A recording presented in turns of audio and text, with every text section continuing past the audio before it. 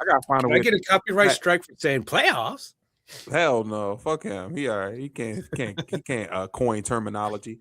All right, guys, here we are. And then there were 4 games left. And yo, Ed, as a sidebar before we get into this, bro, it really feel like the season just kicked off maybe 3 or 4 weeks ago. Yo. Yeah, man. This And it's I mean, from the moment that we started brought this podcast back up, we started doing this thing. It seemed like the pacing seemed like really steady, and then all of a sudden it felt like we just got on a boost and just zoomed right through this whole football season.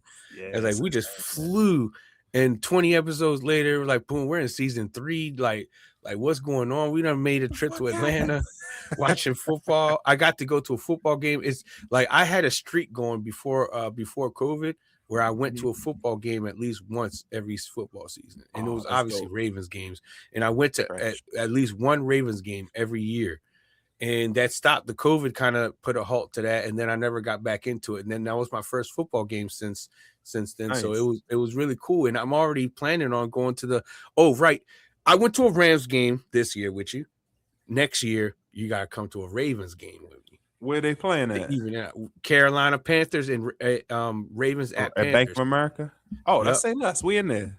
As soon as the tickets come up, let me know so we can get it early and just get it out the way. And had I not had this Tulsa trip, I probably would have been like, "Yo, let's go ahead and go to that." I would have went to that playoff game for sure. I just couldn't handle taking 2 long trips back to back. Oh, this would have been yeah. But them when you said crazy that, though, dog. They were high. And these because it's a playoffs, even more crazy. Because it was a playoffs. But is there any Rams games? That's any local areas or places that you haven't been or I haven't been? Next season we'll figure something out. But we'll do the Ravens. But at Panthers, that Ravens at Panthers next year. I haven't been to Bank of America Stadium yet, so I'd like to go. Okay, I was gonna say let's do a new stadium, but if that's new to you, let's do it. But anyway, you've been to Bank of America? Oh, that's no, right. No. I did. I haven't. You haven't been to Bank of America yet? No. So I'm with it. Pause. We can keep pounding. Pause. But anyway, that's 3 hours from here though, so it's like we could make that trip same day. All right, now I'm not there, but right. Well, you have to just come to me. Pause. You come to me, and from here we'll go there. Oh, baby, bring it on to me. Looking ass TLC, total looking ass. All right, here we go. Right here. This weekend we have 2 sets of games on 2 separate days. This Saturday, let's kick it off with the first game. First teams who shall have their face decided on the gridiron. The Josh Allen and the Buffalo Bills come up to Highmark Stadium to take on Bo Nix and the Denver Broncos. How's this one gonna play out, Ed? You was cooking last week too, yo. You was cooking last week. Yeah, man. I only 2 games didn't go the way that I said, but I mean, both the picks that I did on those were based on bias more so than reality. Especially the Bills losing will just be saying fuck the Bills.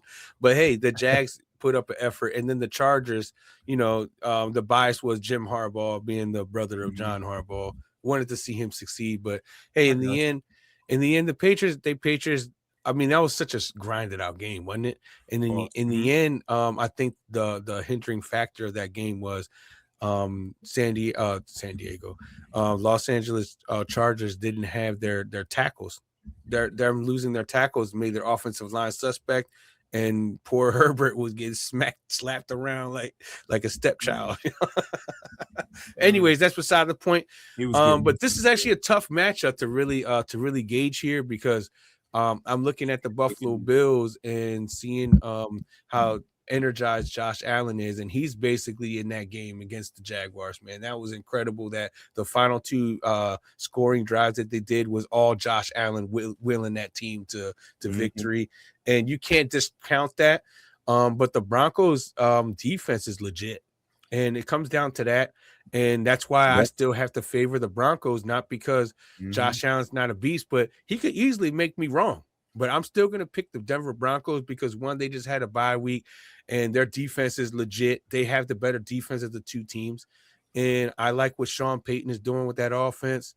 Sean Payton is a guru, man. He always had a knack for like solid game plans, and I think that he's gonna pull out some stuff that we haven't seen yet, is what I'm thinking, and I think that's what it's gonna come down to. I think it's still gonna be a close game. Pull out. What's up? What you think he's gonna pull out that you never seen? He's gonna pull off some like trick plays and whatnot, and different little things. Nice try, Sean. Nice try, Ed Sean. said, "Say what?" Ed said, "Say what?" What? Can you repeat that, please? I think this is going to be one of the. It's going to be just like the lead changes, just like the Bills and the Jags. I think this is going to be a back and forth thing. I think it's going to probably start out the first mid second quarter is going to be slow, probably some punt fest here and there. But I think that once the game gets rolling, we're going to see.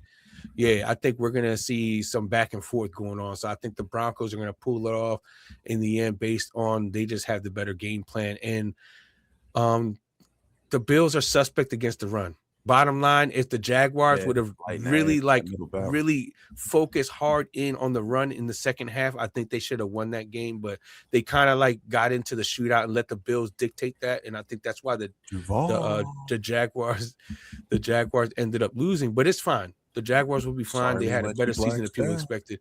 Broncos are going to pull this one off 28-24. I like that. Back and forth. I think Josh Allen's out of juice. Weather won't be a factor up in Mile High. They both from inclement weather. I'm taking Broncos 35-17. I just think Josh out of juice. Next, we head up to Lumen Field in Seattle for interconference playoff match. Which is going to be the same thing next weekend, NFC. You heard, man. But the 49ers travel up to Lumen Field to take on the Seattle Seahawks. Ed, what's up with this one, dog? Man, they lost George Kittle to an Achilles. Oof. And I think that's huge. And I think the 49ers, man, it's just you gotta big up that coaching staff because their defense took a lot of injuries on the line, especially in the linebacker position. The linebacker position lost a lot. They lost Bosa and they got Fred Warner gone, but this defense still looks super solid. And that's a testament to Robert Saleh and what he's able to do there. And I think Kyle Shanahan is a big part of that too, because he's really good at like adjusting to personnel. Like he really is good at figuring out how to get the most out of his players. And I think when you incorporate Robert Saleh with that makes them dangerous. But I think that they just got too many things going against them. And I think the Seahawks are just on a roll right now. And I think that this should be a close game, but I just have a feeling that the Seahawks are about to steamroll the 49ers. No disrespect to 49ers, because I've always been talking highly about their coaching staff. And I still think that they have probably the best coaching trio there with who's there? Clay, was it Clay? Mike McDonald. Oh, you talking about 49ers? Yeah, the 49ers. You got Robert Saleh for defense corner and damn, how am I going to Clay Kubiak, and then you got Kyle Shanahan. Those three coaches together are just a solid trio of coaches. But they're just not going to be able to overcome what the Seahawks are bringing right now. And they got a Kubiak over there too. So it's like it's just the Seahawks are, man, they're playing phenomenal. Even though they don't even got the best quarterback. But I mean, who's the better quarterback in your opinion? Between Purdy and Darnold? Sam Darnold and Brock Purdy. I'm gonna take Purdy. Yeah, I think you edge Purdy a little bit because he's got the mobility factor that Sam Darnold does not have. He also is better under pressure than Sam Darnold. Yeah, that's what I'm saying. He gonna pull that trigger. Sam gonna throw a pick and be like, "Oh, mom, terrible game." I just think that what like Clint Kubiak, the Negroes wouldn't stop chasing me. Unlock Jackson Smith and Jigba, and right now the two best wide receivers of this year are Puka Nacua and Jackson Smith and Jigba. Those two to me are the best receivers of this year. I'm saying like the body of work, and Jackson Smith and Jigba is just a beast. And I'm just gonna take the Seattle Seahawks. I think they're gonna win multiple score. I think it's gonna be 31-20. Yikes. Okay. Well, I'm as you did with last week's pick, I'm gonna make one out of hate. I hope the 49ers bust the Seahawks ass. I hope the Seahawks was eating Taco Bell all this past week, was getting fat and comfortable. I hope the Seahawks will lose 17-42 on some running. Why do you hate the Seahawks so much? Because they won the division? Yeah, that's why. That's exactly why you want You them you set know right. what you should want if I was you? You should want the Seahawks to win so that way the Rams and the Seahawks are in the NFC Championship, so then y'all could beat them and get your payback. That's how you Well, should want it. if the 49ers win, we San Francisco come to SoFi and we have a home game in the playoffs. That's what I'm hoping for. Oh, that's what you're hoping for. Whose That's that game. All right, house? well, I Yeah, mean, I can see that, but I mean, I think we that gotta get that shit over. like I know that Seattle's on a roll right now. And them losing Don't Kittle, stop. I think Bye week. them losing Yeah, Kittle is kind of big because I saw the tight ends that they had. It's like they don't have terrible tight ends, but Kittle was their top tight end. the Period. playbook changed. The playbook changed when Kittle fell. So Yeah. all right. So next now that's it for our Saturday games or our Saturday games like I own the NFL. That's Is it Kittle for the done? Saturday What do you game. think about Kittle? Is he done? He keeps getting injured, man. He keeps getting injured That's at an the end of the Achilles. season when they need Yeah, him. man. It's just crazy. He's just But I don't think he's done because he is the embodiment. He's a face over there. I haven't even heard no whispers about that yet. And I don't think he getting well, I mean, by money, but done, he like might you get. think if you're him, you're like, I'm done because an Achilles tear, Oh that's no, Achilles are they're one of the roughest things to rehab yeah, from. he might be now. And he's in his Could be 30s now. this could be the toll on the door. But that man a psycho. He gonna keep playing. He likes playing football. He is kind of He wild, likes isn't playing he? football. Yeah, He he likes said, playing isn't football. his statement was football sucks sometimes, but I love it. Yeah, I something think like that's that. I what he don't know. said. He gonna be one of them type dudes that don't stop till his body be like, all right, George. That's when he'll Don't stop. stop. Until then, Don't stop till you get enough. You sure I can't go any more knees? Nope, that's it. All right. That's it, buddy. That's it. Why the knees so tender? Nope, that's it, George. Oh, my knee. All right, I guess I'll quit. All right, next, man, the Sunday games. The first 3 o'clock game, not the first 3 o'clock game, the first game of the day is at 3 o'clock. CJ Stroud and the ferocious Houston Texans defense fly up to Gillette Stadium to take on babyface Drake. I don't want no problems while you want it from me. Drake, Stephon Diggs, and the Patriots. What you got, Ed? Let me hear it. They also got the Patriots got a solid defense too. Let's face it. They got solid what? They got a solid defense too, but I think Christian Gonzalez is something to pay notice to because he's in concussion protocol. But CP. But so I mean, I really like both these teams as far as defensively goes. They both got like super strong defenses that can really shut out teams. And man, this was a tough one. Like I'm just while we were picking the other ones, I kept thinking I'm back and forth with this one. So I think this one's to me is a toss up. I think it's going to come down to possession, time of possession, and mistakes. Who makes the least mistakes? And right now, guess who's more mistake prone? The Texans. The Texans seem to have woes with drop passes, woes with fumbles. Especially in the quarterback position. CJ Stroud has had some handling issues. Didn't he drop it 4 times last game? Yeah, and I think Drake May is just more fundamentally sound between the two quarterbacks. Now, talent-wise, I like both of them as far as talent because they both have exceptional talent. But right now, Drake May is just more fundamentally sound. So, and it's Patriots at home. So I think this is going to be a close one because of their defense. I think we're going to get some field goal fest for a minute, and then we're going to get some momentum going towards the end. Kind of like the Chargers game. It's going to be similar, where there are going to be some punts here and then, this and that. But I'm going to take the Patriots. The Patriots are going to win 20-17. I'm gonna follow you tonight on that one, bro. 2017 Pats, and I hate to see it go down to my man CJ Stroud. I really wanted to see the Texans like do something because I like D'Amico Ryans and I like with CJ Stroud. Nico Collins is one of my favorite receivers. You know, I've been bigging him up like all year. Like Nico Collins, you have been on his wood, yeah. And I really like Nico Collins as a wide receiver. He's a solid. I like the fact that he has the ability to do everything on the field as a wide receiver. Hey, don't be saying I was on his wood either, Paul. I was like, just throw it there. But anyways, beside the point, the fact of the matter is, I just like I'm just seeing when I see the two teams and what my eyes see is that the Patriots are just more fundamentally sound. It's like they don't make as many mistakes as the Texans do. And I think when you have a team that makes little mistakes and then you make a lot of mistakes, that's usually going to be opening the door for situations there. And I think that's the reason why even the fact I still said 2017, it just lets you know that Texans are going to fight back, Right. but they're not going to overcome their mistakes, and it's going to be 2017.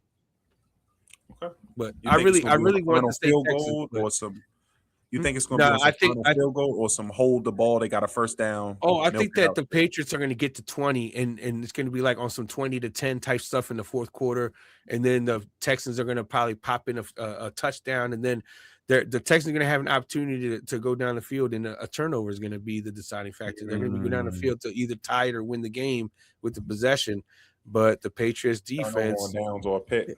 yeah, something like that's going to Or happen, something like and that's how the Patriots are going to end up winning that game. It's going to be one more turnover that happens at the end of the game, and then CJ Stroud's going to be talking about like turnovers. We got to overcome those, but that's the story of the Texans. They started out that way, and then they cleaned it up, went on a win streak, and then It was and then trash. the playoffs it showed itself again. But the difference is that, like I said, the Texans were going to blow. I told you they were going to blow the Steelers out.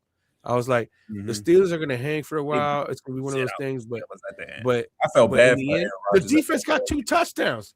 I felt bad for Aaron Rodgers too, but 2 defensive touchdowns on Aaron Rodgers, yo. They One sat in that fumble last and a drive. pick six. You saw that last drive. Because there's no reason for them to play. They were mathematically done already. Like, what are they going to You score? mathematically eliminated. Yeah, they mathematically done. No It's like no point to keep playing. Ice up, son. Ice up. Ice up. All right, here we go. Last one. The Los Angeles Rams travel to Soldier Field to take on the Chicago Bears. Hey man, you've been kind of low key bigging up the Bears all season too, but now you can't do that no more. Now you can't do that more. I think that, man, the Bears, they're really hard to gauge because, man, out of all the teams this year in the league, no team has overcame deficits more than the Bears this year.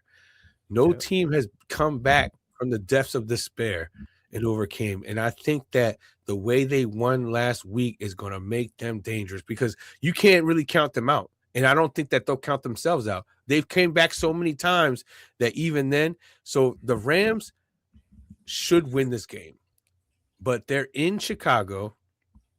And if you guys are going to win this game, those second half turnovers need to stop. That happened last week, and the Panthers almost capitalized and beat y'all. You guys are going to need Matthew Stafford to be mistake-free because if he's not, you're going to open the door for the Bears. I think that the Rams are going to jump in the lead in the beginning of this game. I think they're going to start with the lead. They're going to have the lead. Yep. But the danger is that second half. Can you guys stay smart, protect the ball, you win the game? And I think that's the tail of the tape in this one because the Bears are dangerous because they don't quit because they came back so many times that even if they're down by 14, 17, they're going to come to play.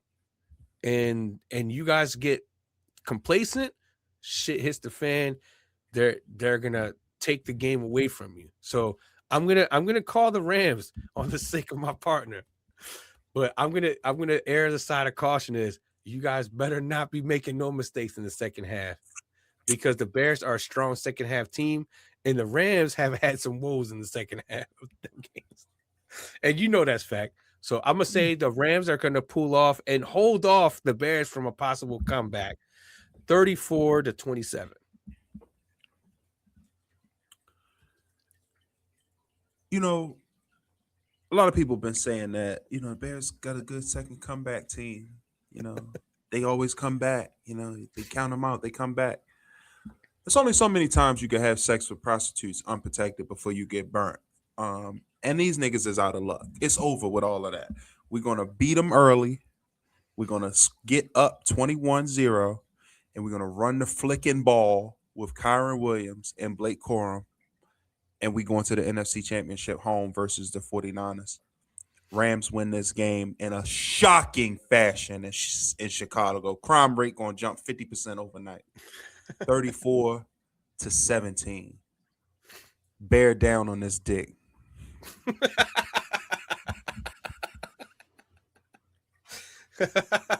That's been Poppy's playoff quick picks.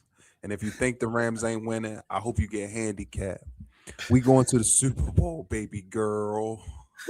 Fuck your life. Hey, yo, remember when I told you earlier, Seahawks Patriots? I think that's what's gonna end up being Super Bowl.